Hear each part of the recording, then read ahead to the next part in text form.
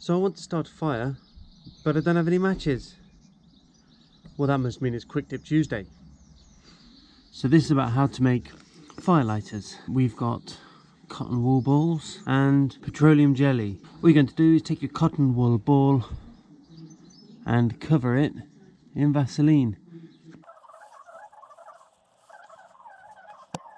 We're not going to be very tidy about it. I'm just going to put them on until it's coated.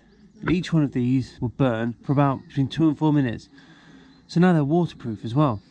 So you can put them in a pack, in your bag, and you're good to go. Just pull it open a little bit to show the fibres. And now you have a fire starter. So great for getting stubborn fires going in wet conditions and windy conditions. Petroleum jelly is that it's very, very stable. I know it's got petroleum in the name, but it's been refined and worked so much that it's not just flammable. It's got an incredibly high flash point. Probably wouldn't be allowed to sell it to you to put on your face if it was just going to combust. So in itself, you can't just light it. I mean, you can melt it in a pan, and you can even throw the cotton wool balls into the pan. And the beauty of it is they're inexpensive. You might even already have everything you need. It takes literally 2 minutes to make, and it can save you in a pinch, and it weighs practically zero, a few grams plus the bag that you're going to carry them in.